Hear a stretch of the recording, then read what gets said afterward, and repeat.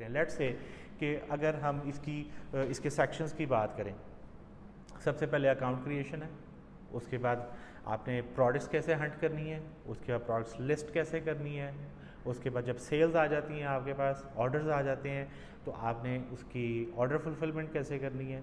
उसके बाद आपके पास कस्टमर सर्विस है, कस्टमर सर्विस आपने कैसे करनी है, आपने कस्टमर्स को रिस्पॉन्ड कैसे करना है, आपने अपने अकाउंट की जो हेल्थ है उसको कैसे मेंटेन करना है। ये सारा एक साइकिल है, ये एक साइकिल की तरह चलता है, ठीक है। आपको इन सारी चीज़ों को सीखना होता है, लेकिन इसमें जो आप बेस्ट हो सकते हैं ना, वो एक दो चीज़ों में ही हो सकते हैं, आप सब में बेस्ट नहीं हो सकते।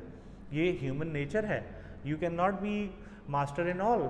तो आपको ये देखना है कि हाँ ठीक है यार, प्रोडक्ट हंटिंग जो है ये बड़ा इंपॉर्टेंट इसका जो है सेक्शन है, तो मैं प्रोडक्ट हंटिंग को कैरी ऑन करूँगा।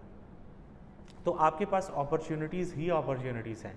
आप अपनी अकाउंट क्रिएशन की सर्विसेज को सेल कर सकते हैं, आप प्रोडक्ट हंट करके उसको सेल कर सकते हैं, आप कस्टमर सर्विस जो है वो आप सर्विसेज प्रोवाइड कर सकते हैं, आप ऑर्डर प्रोसेसिंग की सर्विसेज प्रोवाइड कर सकते हैं। बिकॉज़ ऑर्डर प्रोसेसिंग एक और बहुत इम्पॉर्टेंट जो है सेक्शन है अमेज़न बिजनेस का, जिसमें आपको बहुत अटेंटिव रह के वो इन्फॉर्मेशन पुट इन करनी होती है, क्योंकि आपका अकाउंट आपकी वर्थ बेस कर रही होती है उस चीज़ पे।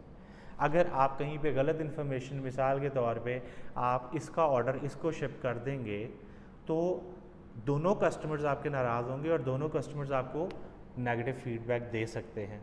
देयर आर हाई चांसेस कि अगर उनको उनकी प्रोडक्ट नहीं मिली, जो प्रोडक्ट उन्होंने ऑर्डर की थी, तो वो आपके बारे में आपके पेज पे आके लिख सकते हैं, जिसकी वजह से आपके डैमेजेस हो सकते हैं आपके बिजनेस को। तो इस स्किल को सीखना ये बहुत ज़रूरी है, और उसके बाद इसके अंदर फाइंड आउट करना कि हाँ कौन से वाला ऐसा सेक्शन है जो आपके लिए है, आप उस सेक्शन को पकड़ें, आप अपने आप को इसके अंदर पूरी तरह इन्वॉल्व करें। और जब आप इन्वॉल्व करते हैं, जब आप चीज़ों को समझते हैं, चीज़ें ज़्यादा क्लैरिफाई होती हैं, और जब वो क्लैरिफाई होती हैं तो आपके पास उसके रिजल्ट्स अच्छे आते हैं। अभी ऐसे ऐसे वर्चुअल कंसल्टेंट्स ओवेज़ॉन की तरफ से हम कॉल करते हैं। नॉर्मली आपने वर्चुअल असिस्टेंट का नाम सुना होगा। वर्चुअल असिस्टेंट जो सर्विसेज सेल कर रहे हैं, वो 2-2 हज़ार, 3-3 हज़ार, 4-4 हज़ार डॉलर की भी सर्विसेज ले रहे हैं। जो वर्चुअल असिस्टेंट्स काम कर रहे हैं ऑनलाइन, वो 2-2 हज़ार, 4-4 हज़ार डॉलर तक की जो है सेल्स कर रहे हैं एवरी मंथ। तो आप क्यों नहीं कर सकते?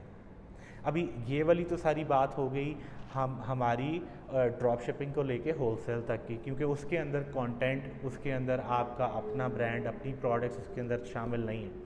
लेकिन अगर आप अपना ब्रांड लॉन्च करते हैं, अगर आप कहते हैं मैंने प्राइवेट लेबल करना है, मैं अपना ब्रांड अमेज़ॉन पे लॉन्च करना चाहता हूँ, तो उसके लिए फिर मज़ीद उसके अंदर सर्विसेज जो हैं वो ऐड होती हैं। उसके अंदर आ जाती है कंटेंट राइटिंग, जो कि बहुत इंपॉर्टेंट रोल प्ले करती है। आपने एसईओ रैंकिंग कैसे करनी है, आपके कंटेंट में एसईओ रिसर्च कीवर्ड्स होने चाहिए। आपकी जो है पीपीसी कैंपेन्स जो हैं, वो एक अलहदा से बहुत बड़ी स्किल है, वो आपने कैसे रन करनी है।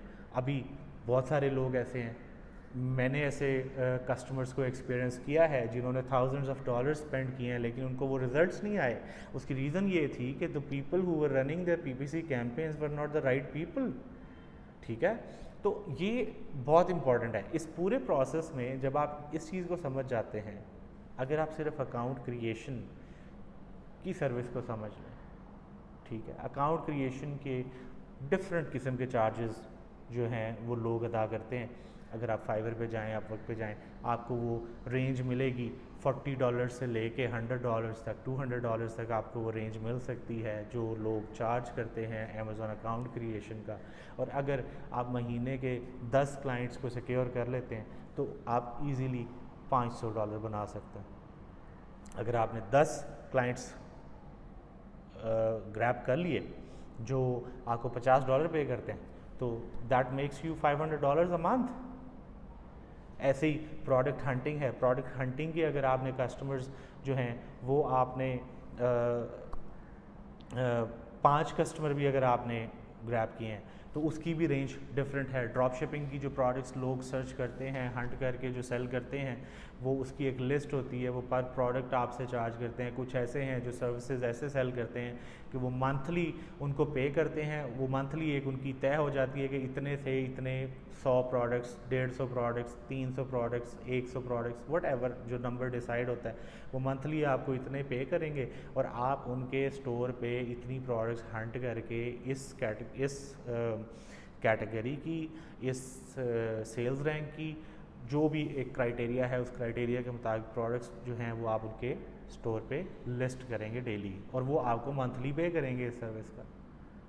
तो एज अ स्टूडेंट आपके पास अपॉर्चुनिटीज़ ही अपॉर्चुनिटीज़ हैं, लेकिन जो सेटबैक है वो सेटबैक यहाँ पे आता है कि हम लोग ये समझते हैं कि नहीं जी, हमने ये 2 महीने का कोर्स कर लिया और उसके बाद जो है ना we are good to go. भाई कोई क्विक मनी नहीं है, कोई क्विक कैश नहीं है, आपको ऐसे ही मेहनत करनी पड़ेगी। जैसे आपने अगर कोई और प्रोडक्ट अपनी फिज़िकल मार्केट में या ओपन मार्केट में आपने कोई प्रोडक्ट बेचनी है, उसी तरह से आपको मेहनत करनी पड़ेगी। आपको नो का सामना करना पड़ेगा। नो को बर्दाश्त करना सीखें। जहाँ पे लोग आपको रिजेक्ट कर रहे हैं ना, वहाँ पे रुकें नहीं, वहाँ पे और ज़ोर लगाएं, वहाँ पे फाइंड आउट करें कि कमी कहाँ पे थी, अपने आप को रिफ़ाइन करें। जब आप अपने आप को रिफ़ाइन कर लेते हैं, जब आप अपने आप को उस पॉइंट पे ले आते हैं, तो डेफिनेटली लोग आपकी सर्विसेज लेते हैं। Wish you best of luck. If you have any questions, कोई आपको इसके बारे में मज़ीद इन्फॉर्मेशन, मज़ीद मालूमात चाहिए हो, तो आप किसी भी टाइम कमेंट बॉक्स में लिख सकते हैं, आप हमें ईमेल कर सकते हैं, आप हमें कॉल कर सकते हैं। We are always there to help. Thank you very much for watching our video. जज़ाकमुल्लाह खैर।